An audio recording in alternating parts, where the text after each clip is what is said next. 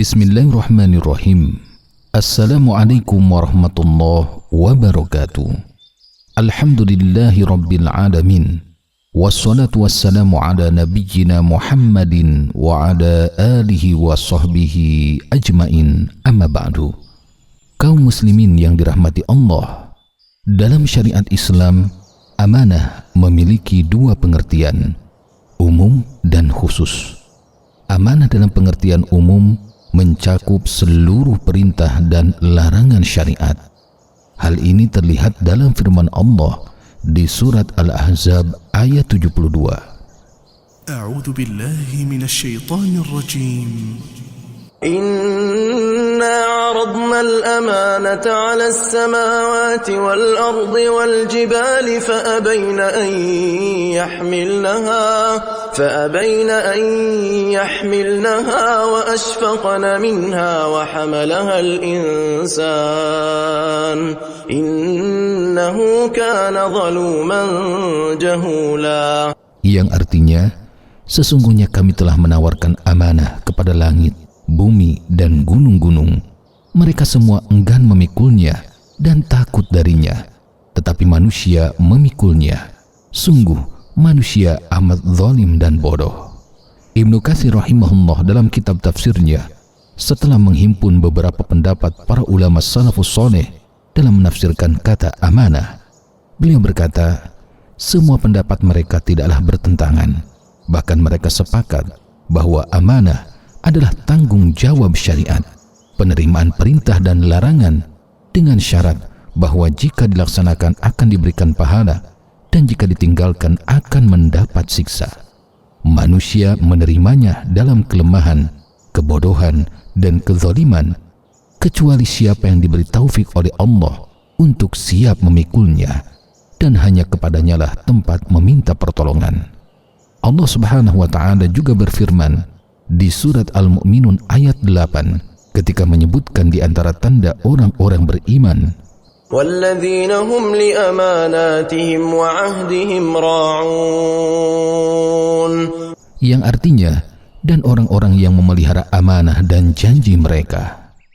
Syekh Muhammad Al-Amin As-Sinkiti rahimahullah menjelaskan, amanah mencakup semua yang Allah titipkan kepadamu dan memerintahkanmu untuk menjaganya, termasuk menjaga anggota tubuh dari hal-hal yang tidak diridhoi Allah dan menjaga hak-hak orang lain yang dipercayakan kepadamu. Adapun amanah dalam pengertian khusus, yaitu menekankan hak orang lain yang harus dijaga dan dilaksanakan.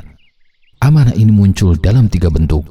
Yang pertama, hak-hak material dan harta benda. Hak-hak ini bisa yang memiliki kontrak resmi seperti deposito, pinjaman, sewa, atau tanpa kontrak resmi seperti barang temuan.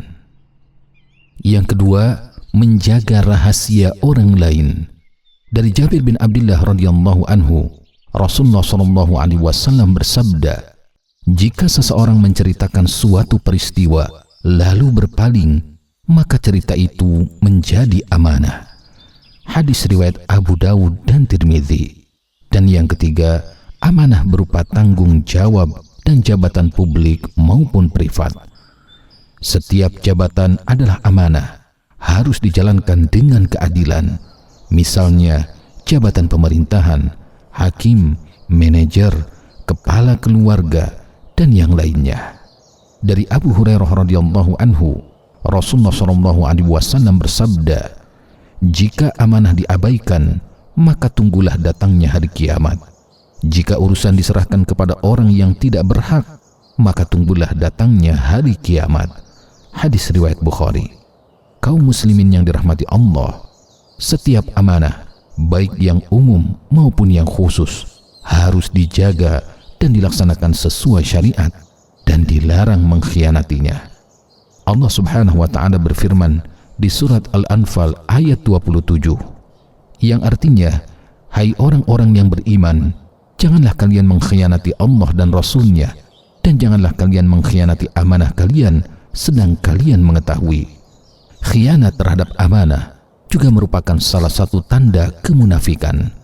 Dari Abdullah bin Amr radhiyallahu anhu, Rasulullah SAW bersabda, ada 4 sifat, siapapun yang memilikinya, maka dia benar-benar seorang munafik sejati. Dan siapapun yang memiliki sebagiannya, maka ia terjangkiti sebagian sifat kemunafikan di dalam dirinya sampai dia meninggalkannya, yaitu jika diberi amanah, dia mengkhianati, jika berbicara, dia berdusta, jika membuat perjanjian, dia ingkar, dan jika bersengketa, dia berbuat aniaya. Hadis riwayat Bukhari dan Muslim. Khianat terhadap amanah adalah dosa besar.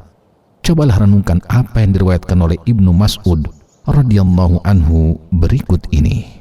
Beliau berkata, meskipun seseorang terbunuh jalan Allah, hal itu dapat menghapus seluruh dosa-dosanya kecuali pelanggaran terhadap amanah. Pada hari kiamat, orang itu akan dibawa dan dikatakan kepadanya, sudahkah engkau menunaikan amanahmu?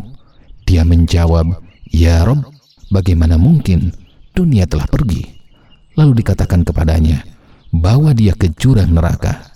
Dia pun dilempar ke jurang itu, dan amanah yang pernah dia abaikan ditampakkan kepadanya sebagaimana bentuknya ketika dulu dipercayakan kepadanya.